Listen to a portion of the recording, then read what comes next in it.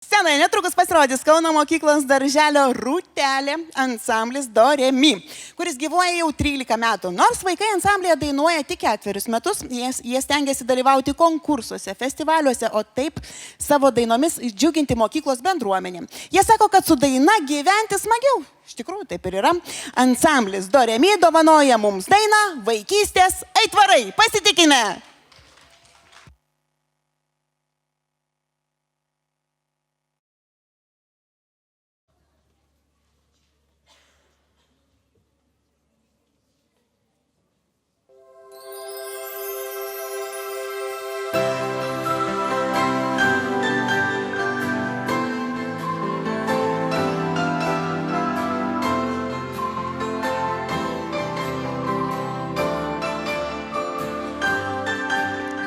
Atverki duris į vaikystės kiemą, kur medžių šakose mažos fėjos miega, kur sidabro žoliai matos tavo pėdos, kai klajoji sapnų miške.